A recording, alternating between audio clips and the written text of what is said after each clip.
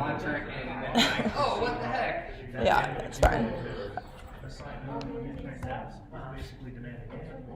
What?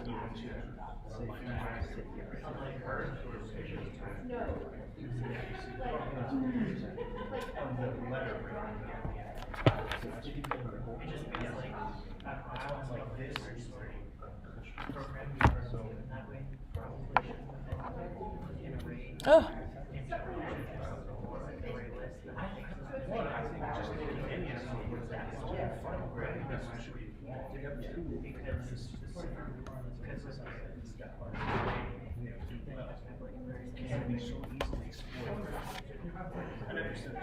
All right, welcome to class, everybody. Happy Friday. So I don't have any announcements about the course. In particular, I know that reading in files is a little hard with everybody having their different, potentially using different IDEs and just different setups on your laptops or whatever you're using to run your code. So hopefully that went okay. And the same person that graded your lab will also grade your project. So if you had something weird, they're at least familiar with that. So yeah, but ask if you have any problems. So last time we started learning about merge sort. Today we will see how we analyze the runtime of merge sort. And then I think we actually get to do something kind of fun, which is we're going to learn an algorithm for finding shortest paths in a graph. So if you think about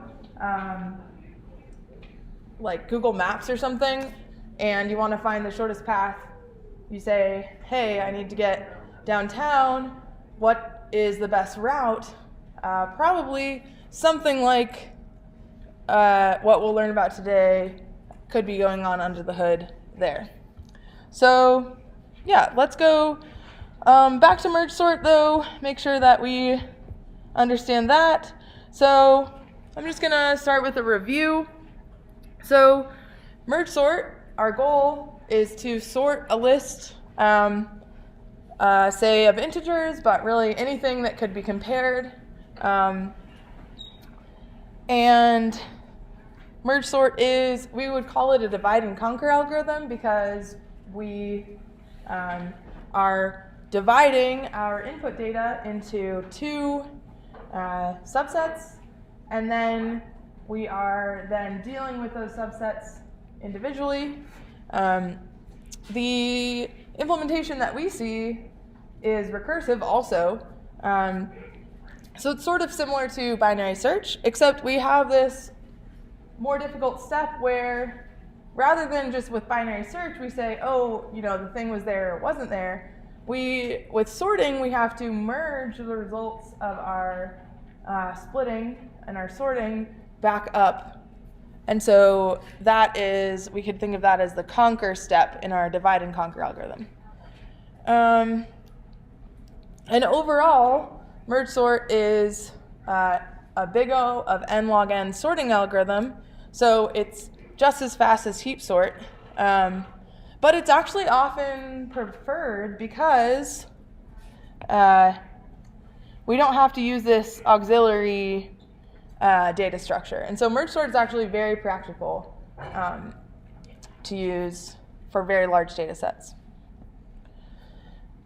So if we were to see an example of merge sort running, the idea here is we split our data in half.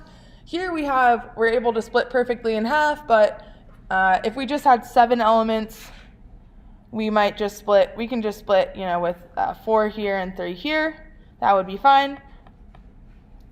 So we split roughly in half. We call merge sort on each half. So first we're proceeding into the left half here. But when we do that, our base case, I'll remind us, is when we have only one element in our list, right? A single element list is sorted by default. So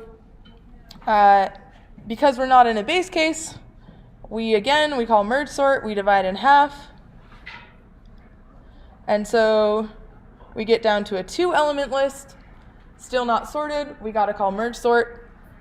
We divide it in half, and we call merge sort on each half. Aha, we finally made it to a base case. And so we're going to return this 7 back up.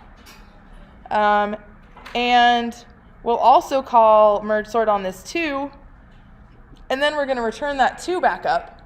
And then what we have to do is merge those 2 sorted lists. So in this case, pretty easy to merge a list, 2 lists of size 1. And we'll review exactly how we merge these sorted lists in a second, but here we've returned back both of these back up. So we've got a sorted list here, and that's going to be returned back up to this call. So each node of this tree is representing a recursive call to merge sort. And then we can proceed down the other side of the tree. So what is this representing? It's representing calling merge sort on this list here, 9 and 4. That call is this node here. Then we have to call merge sort on the 9. That happens down here. We call merge sort on the 4. That happens down here. Each of these has been returned, and we merge them into our sorted list 4 and 9. And now we're going to have to merge 2, 7, and 4 and 9. That merge happens. We have a sorted list here. And then, okay, we imagine we do the whole thing again on the other side. And so now, as our final step, we just need to merge these 2 lists. And so the big idea with our merge, let's see. And so we do that, we've got a sorted list. The big idea with the merge, so here is how we actually do this in Java and what you did in your lab. The big idea with the merge is that we can do this in overall big O of the length of the 2 lists that we're trying to merge. So maybe I'll say length of S1 plus length of S2. And that's really important because we wouldn't want to have this be, say, quadratic, because that would not give us our overall big O of n log n runtime. So what we actually do, I wonder how, let's zoom in on these lists because they're a little small. Yeah, let's just, so as we're going through, so say I have S1 and S2, they're sorted lists from 2 recursive calls, maybe our last call in our merge sort, maybe an intermediate call in our merge sort, who knows, but they're both sorted.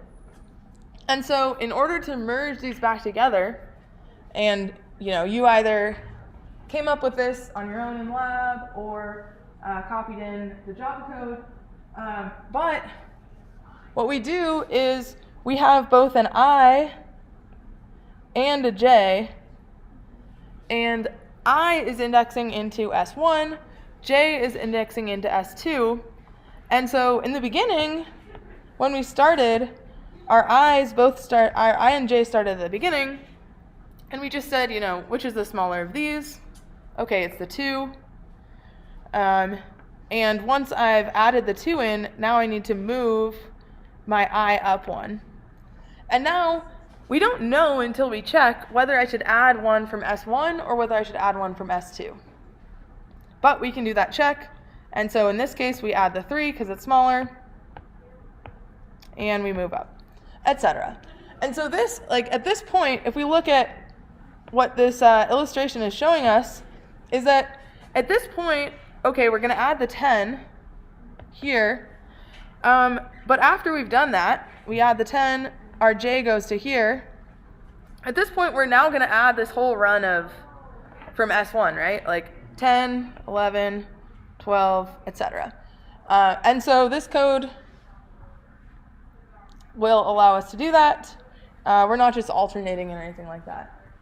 Were there any questions going through lab on this merge part of merge sort? Nice. Cool. All right, so the punchline, really, I would say, is the runtime. And so we already talked about how a binary tree, as long as it's a complete binary tree, essentially, we don't have just one big, long, down one side, that would be not a complete binary tree. As long as it's complete in general, so it's filled in, its height is big O of log n, so it's order of log n, some multiple of log n, or smaller. It could also be shorter. Where n, remember, is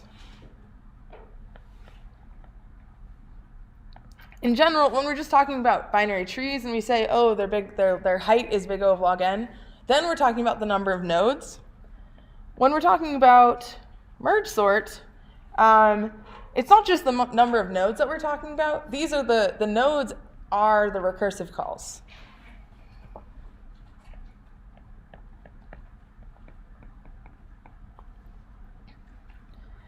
And so we know that this here is O of log n.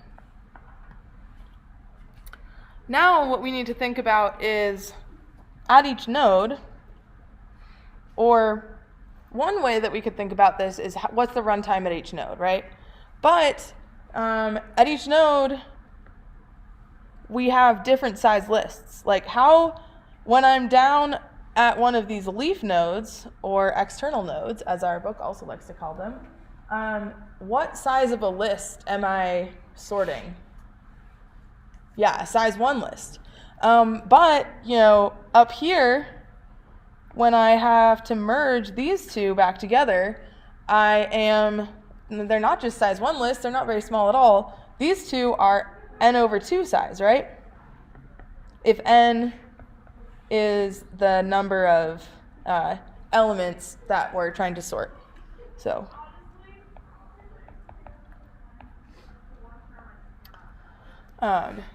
we have an n element list. In our first level of recursive calls, there's n over 2. We're sorting at size n over 2 lists. And so the trick here is we want to be able to argue, we don't want to just talk about one single node, because that's harder to talk about. Instead, we want to talk about all the nodes at some depth I. So we want to be able to say, well, at this level right here, there were 2 recursive calls, and rather than counting the work done in each one separately, I'm just going to say, I know that overall, the total amount of work done at that level is going to be big O of something. And in fact, it's big O of n. Similarly, we'd like to say, okay, at this level, well, there were 4 nodes, but we can say that over all of those 4 total recursive calls, let's make an argument about the total amount of work, meaning the number of primitive operations, just to be clear there, done across all 4 nodes. And so what we do is we notice that, well, at each level, so number of sequences, that's number of recursive calls, well, at each level, we know that there's 2 to the I recursive calls. So for example, at level 2, there were 2 recursive calls. I guess it's not really level 2, it's the level where they have depth 1, because the depth is the number of ancestors. So at this level, we have 2 recursive calls. Great. 2 to the I is 2 to the 1 is 2. Looking good. Here we have 4 recursive calls, and indeed 2 to the 2 is 4. This pattern is going to continue. But what are the sizes of the sequences? Well, at my first level, I have divided my sequences in half, so they're n over 2. At my second level, I've divided my sequences into 4, so they're length n over 4. And so the actual size of the data that's being processed in each node is n over 2 to the I. And what happens, now what's my big trick here, what happens when I multiply 2 to the I times n over 2 to the I? Yeah, I have 2 to the I nodes, or equivalently recursive calls, and at each node I'm working on some data that is of size n divided by 2 to the I. And so overall, as long as the work that I do at each node is proportional to the data there, which it is, because what is the work that I'm doing? It's just merging those 2 lists together. It's dividing the list in half and merging them together. But the merge is the thing that actually depends on the data size, right? So the data size, when I have my 2 lists coming back up, then I need to do, we would say, big O of n work, n meaning the size of the sequence. And so in that way, we see that at each level, we do order of n work. And so, because we already saw there were log n levels, our overall runtime is n log n. And so this might feel a little hand-wavy, which is okay for now, for the purpose of this class. But this is how we see that merge sort has a big O of n log n runtime overall. Any comments or questions on that? Maybe feels hand-wavy. Yeah? You say that it's good for our level now, but is this going to come back to us in the next class? You know, I don't know when else you study, if you'll study merge sort again in 232. And I also don't know, what the, if someone asked you, prove that the runtime of merge sort is big O of n log n. The 2 ingredients that you have are, that the depth of the recursion tree is log n, because you're dividing your data in half every time. Now you say at every, and then I think it would be sufficient, and it would be correct to say at every level of recursion, a linear amount of work is done. Big O of n work is done, because even though we have 2 to the level nodes, at each node our data size has been divided by 2 to the level. And this also comes down to, if we didn't have this linear time merge, so if there was no way to merge these lists together in linear time, then we wouldn't have n log n. We would have, if the fastest we could possibly do it was quadratic, then we'd have, let's double check. So instead of, we'd have n at each one of these, we'd be doing n squared work, basically. So indeed, we'd have n squared at each level. I guess, we'd have,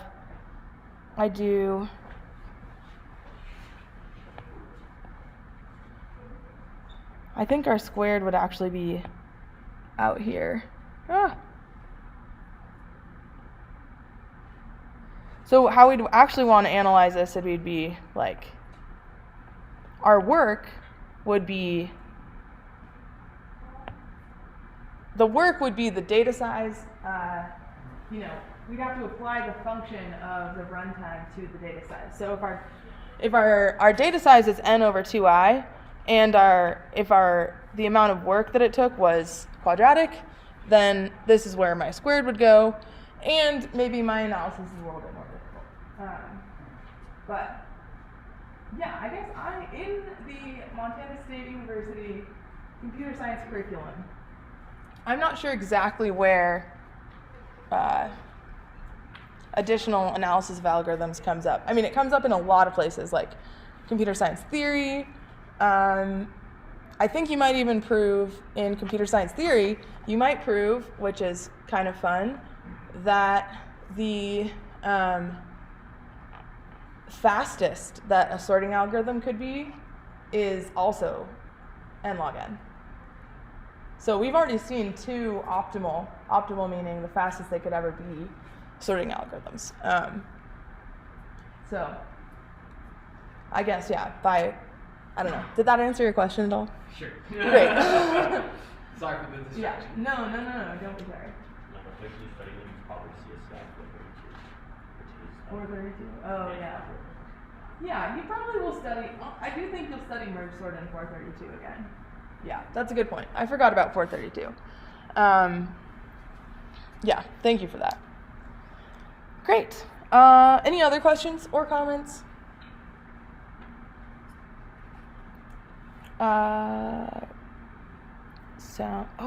I didn't queue up, and in fact, I didn't even put it on here. Okay, I missed a set of slides that we want to have. So let's just do that real fast. PDF, Dropbox. See my, okay. I put it over onto the iPad, but I didn't open it in my drawing program. I was too excited about our last topic today. Send copy of file. Ooh, you're right. Good question. Okay.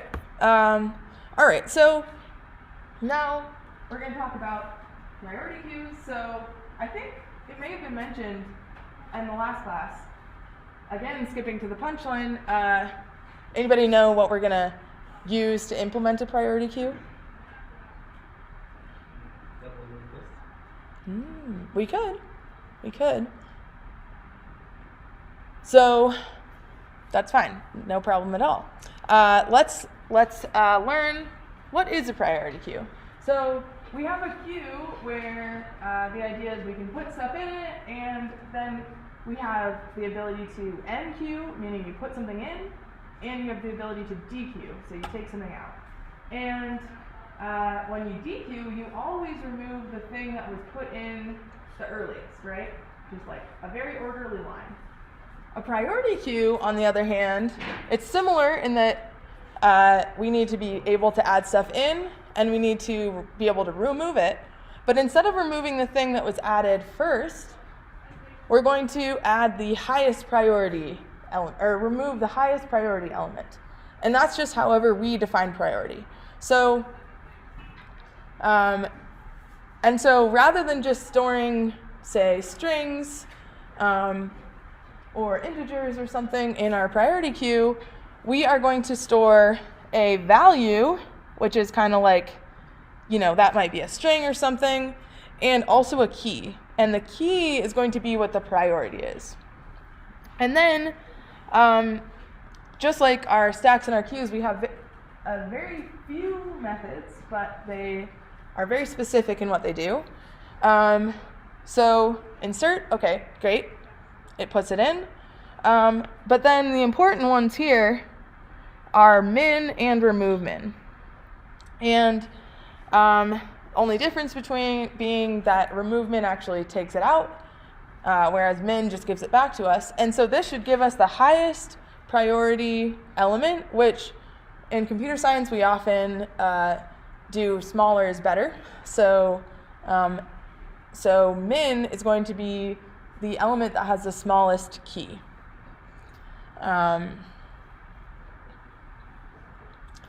And I like this application of standby flyers. So yeah, if you have, maybe it feels unfair, you want to get standby on a plane because you were bumped from the last flight, but maybe the airline has some thing where they're going to give their like million-mile medallion people that higher priority than you. And so even though you were in the queue earlier, when that million-mile flyer wants to get on standby, they're going to go in the queue higher than you. And that's based on their priority. So for example, here we have keys and values, like say we're inserting A, so here we would say this is a priority queue of probably type char, so it's just storing characters, but they have these priorities. So we insert A, but it has priority 5. Now we insert C, it's got priority 9, so we would say this has a lower priority than 5. And then insert B with the priority 3. So if we were to call at this point, okay, well we see min, well the highest priority element in our priority queue is the B with priority 3. And if we remove it, great. Insert D with priority 7. And then if we call remove min 3 times, well, pretty hopefully easy to understand. The 5 comes out, the 7 comes out, the 9 comes out. One thing to note is here, it's kind of implying that we're storing these as just a sorted array or a sorted linked list, potentially. But actually, under the hood, this is an ADT, right? That's an abstract data type. That means that we haven't specified how this is implemented at all.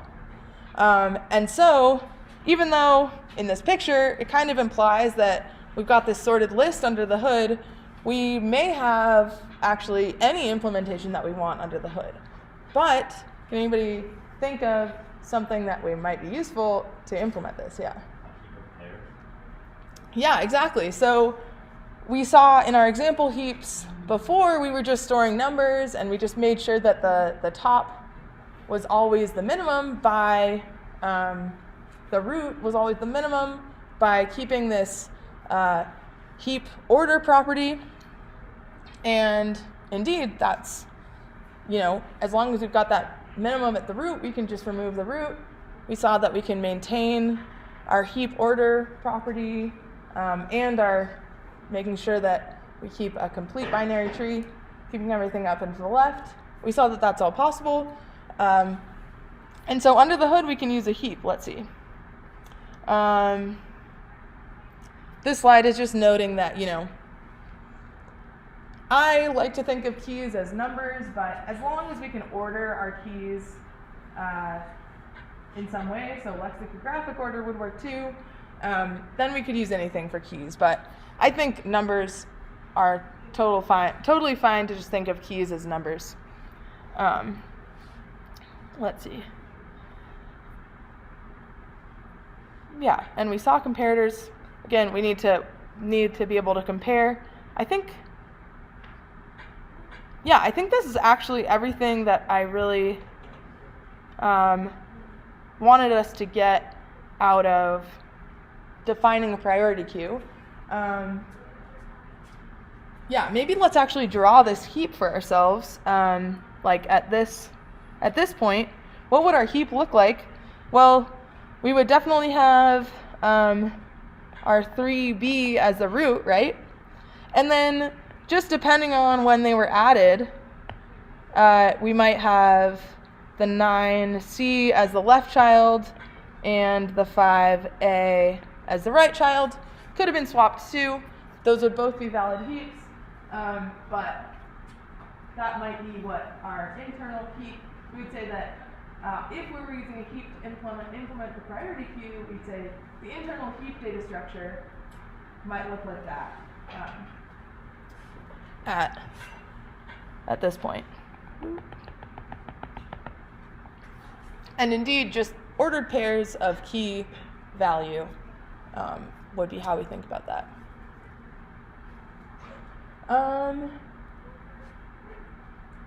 You can also implement priority queues using lists, like array lists, whatever list data type you want. But then you have to make a decision: am I going to keep this sorted, or am I going to just let it be unsorted and have to walk over the whole thing every time I want to get the min, right? And those are going to have different trade-offs in terms of runtime. And I'm not going to talk about them in class, but if you want to think about it, I wrote that as a sort of additional exercises question on today's lecture. Okay, let's see. Great. Finally, fun topic, shortest paths. So, all right, so we talked about trees already, where you have nodes and you have edges. Trees, we always have this root, and we just have one parent, etc.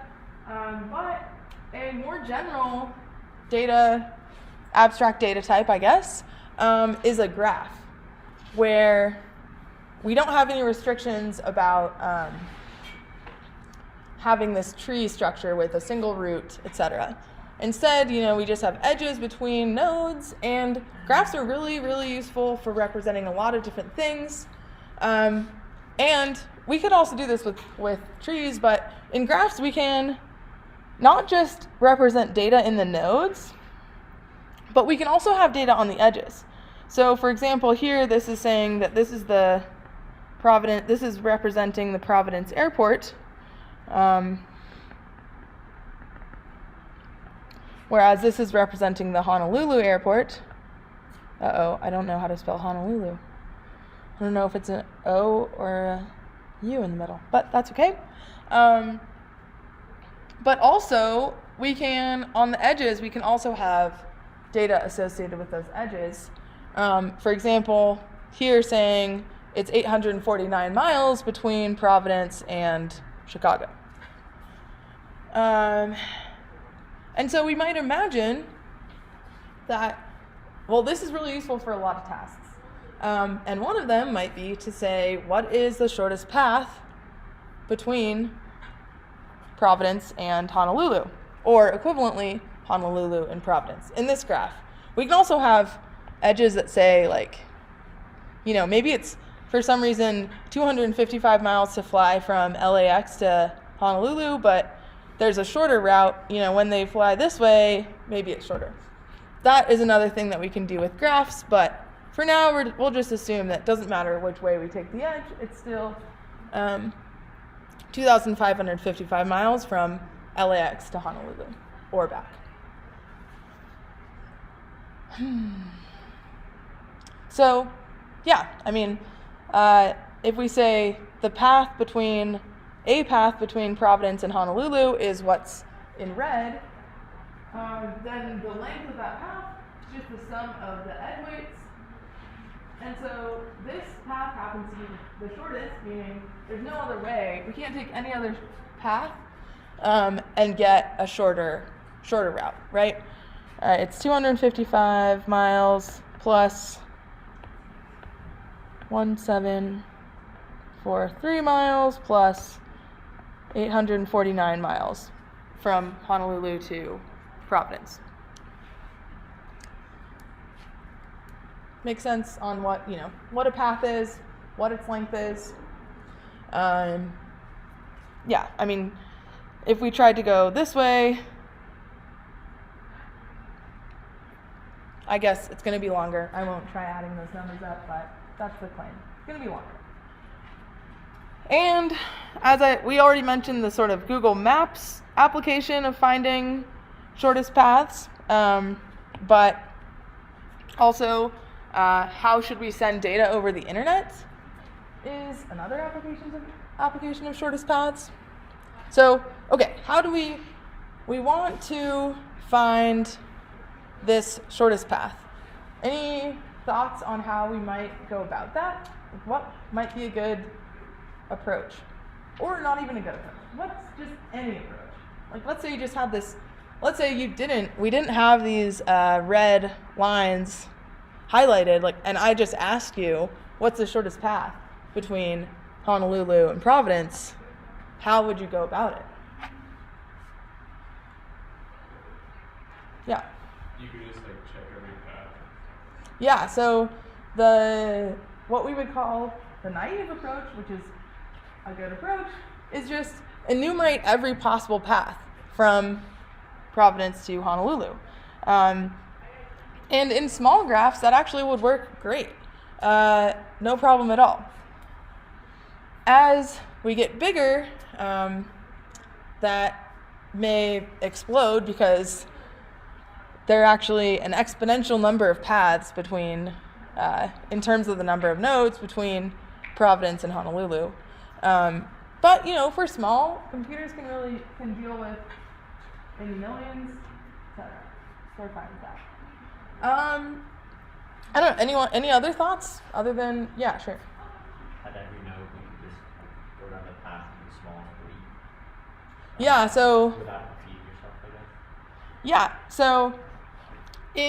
Generally in algorithms, there's a strategy called greedy strategy. So we saw a divide and conquer strategy in merge sort, and in binary search, we divide, we take a look at our smaller input, we divide again, etc.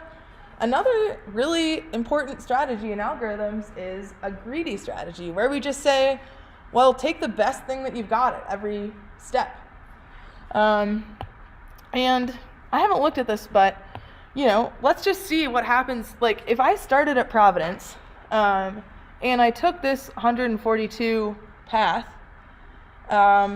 greedily, and then I took my next greedy choice, that would be this one right here, right? And then my next greedy is here. Let me know if I make a mistake, because that could definitely happen. My next greedy is here, and I guess in this case, my next greedy would be here. Maybe we could do something like, if you've already visited a node, don't visit it again. Okay, great. We're not going to go that way.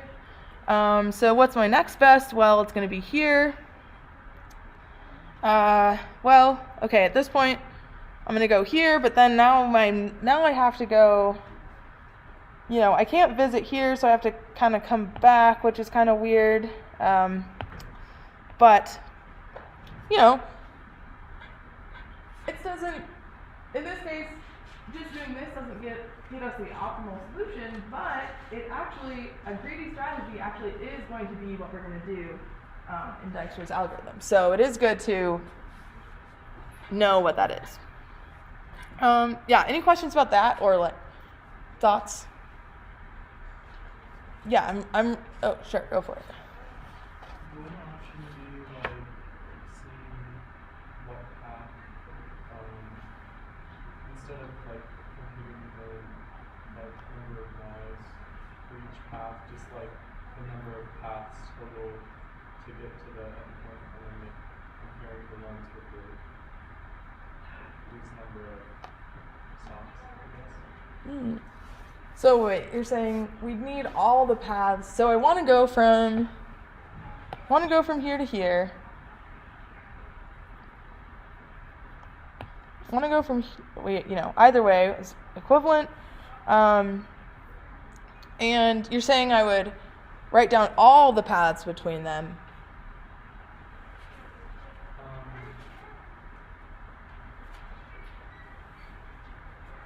I guess you might start with one, and then so with that one path, you might compare it to the next one, and once it went over the number of stops of that last one, you would give up on it. Yeah, I think I might not be totally following, but let's move on and see if maybe you were thinking something similar to what we're going to talk about. Yeah. I was just curious, is there any way to like compare, like, not rigorously, but like a little bit strictly, like a greedy strategy compared to just randomly traveling? Well, actually, random is also another actually really important strategy and algorithms that we're going to talk about on Monday when we get to quicksort. Let me think. How comparing greedy versus random. A lot of times once you've defined any algorithm, you want to think about what is it going to perform poorly on, whether that's runtime or whether that's accuracy. Like, right, our single greedy path, even though the algorithm that we're going to give is actually, it's a greedy algorithm, it's just going to be a little bit more clever. But the greedy path that we found, it was not the correct shortest path, right? So once we've said, oh, here's the algorithm, we look for inputs that do badly. Whether that's it gives me the wrong answer or whether that's, oh, it's super slow, etc. And so I guess when we compare, a lot of times we would compare the worst case. Here's an adversarial input to this, and it might be different from the adversarial input. So an adversarial input for greedy is going to look different from, well, for random, you can't really design a bad input for it because it's going to do something. Well, you can, but it'll be a different bad input than a greedy. So yeah, that's what I would say you would compare. Although for random, we actually compare the expected, like, what do we expect to happen, using probability, I guess. But okay, how does Dijkstra's algorithm work? Very famous. Also, I guess we're going to get to Dijkstra's algorithm, but one observation that might be a little confusing is that in Dijkstra's algorithm, we're actually not going to compute even if we just want to know shortest path between Providence and Honolulu, we're actually going to get the shortest path from some node, so say it's Providence, to all other nodes. So on this,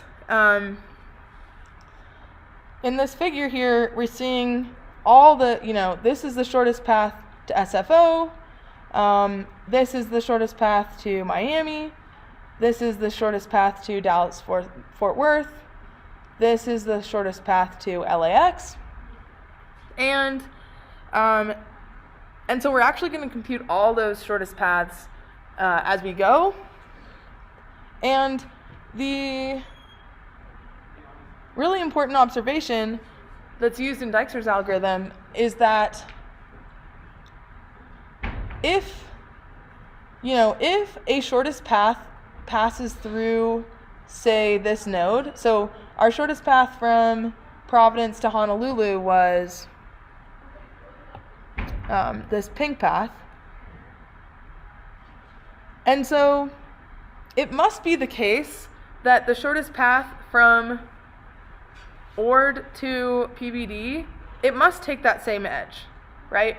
Like, there's no way that if the shortest path from PBD to Honolulu goes through Ord, then it must be that this must be the shortest path. Similarly, from LAX to PBD, if this is along the shortest path to Honolulu, then it can't be the case that the shortest path from LAX to PBD goes this way.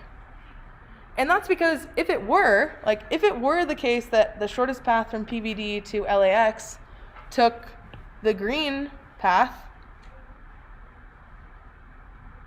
then the green path would have to be the shortest path to Honolulu. Just this number, 2,555, is just one number.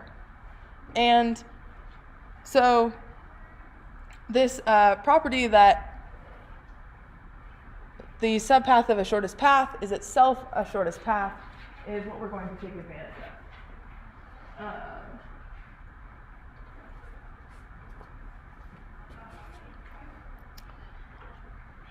And I like this language here.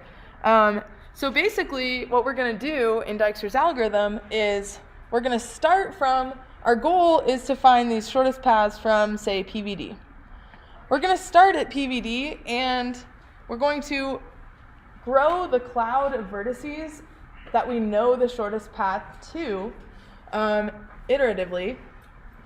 And eventually, that cloud will cover all the vertices, and so we'll know the shortest path to all the vertices. And as we do that, we are using this property that if I already know the shortest path somewhere, if that's actually the shortest path, then, or rather, a longer shortest, this property here. I don't want to say something that is going to make it more confusing.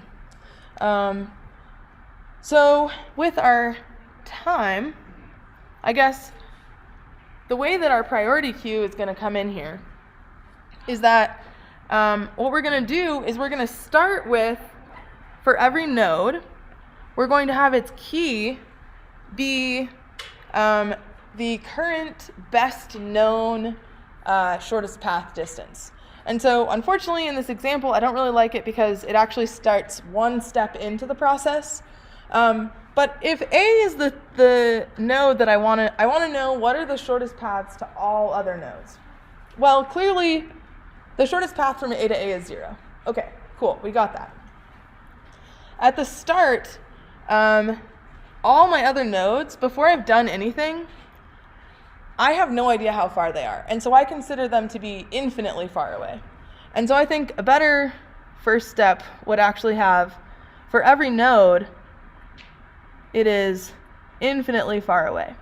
And so this is saying at every node I have labeled it with it's currently infinitely far away, except for me, I'm node A, I am 0. So, and I'm going to put all of those in a priority queue. And so who is the minimum in the priority queue? It would be A. And so what I do is, according to my priority queue, I'm going to pull the minimum element, and I'm going to visit all the other nodes that are just one hop away. And so that's what this first, when we grow our cloud to include A, is how I guess the language that last slide said, we're going to update the keys for all of the nodes.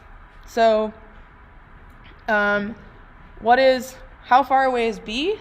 Well, it's 8, because this is the only way that I know to get there right now. I know that I can get there in 8, I can get to C in 2, or I can get to D in 4. And so all of those go back into my priority queue. And at the next step, I'm going to visit my current closest node. And this is where the greedy strategy comes in, is that I'm next going to explore my node C because it's currently the closest. And so I'm going to update the key values for the rest of those. So I don't want to keep you late, and we're out of time, I think. But we will continue with this a little bit on Monday. Have a great weekend, and let me know if you have questions on anything.